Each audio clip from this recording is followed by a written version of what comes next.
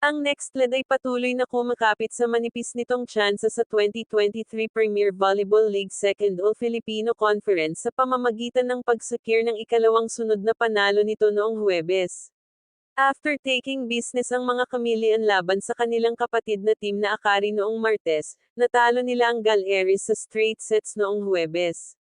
Dinala ng panalo ang record ng NextLed sa 3-5.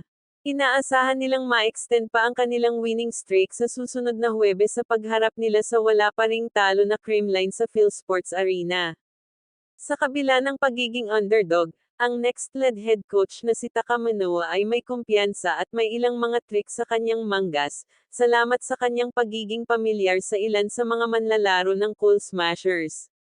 Kailangan nating paghandaan ng mabuti, pero may experience ako last year.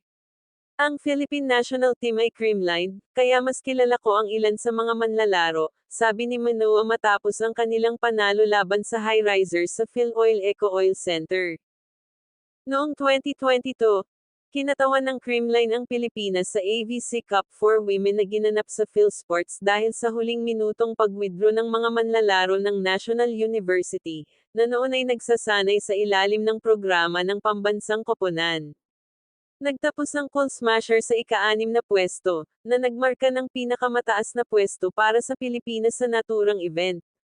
Si Manoa ay bahagi ng delegasyon ng Japan noong panahong iyon bilang isang assistant coach, na nagpapahintulot sa kanya na kumuha ng mga tala sa mga kalabang koponan. Bagamat hindi nagkaharap ang Pilipinas at Japan, nagkaroon ng pagkakataon si Manoa na panoorin ang paglalaro ng Creamline bilang pambansang koponan. Mga manlalaro ng Creamline, kilala ko ang ilan sa kanila.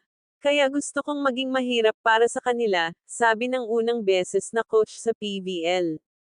Sa back-to-back na panalo nila, hinamon ni Manoa ang kanyang koponan na bigyan ang Creamline ng isang run para sa pagharap nito. Ang Cool Smashers ay may 7-0 record na at wala pa ring talo, nangunguna pa rin sila ngayon sa standing. Makakalaban nila ang NextLed sa darating na Thursday sa PhilSport Arena. Let's consider today's game as a must-win. Creamline is our challenging game. We've won back-to-back, so we need to prepare well, diin ni Manoa.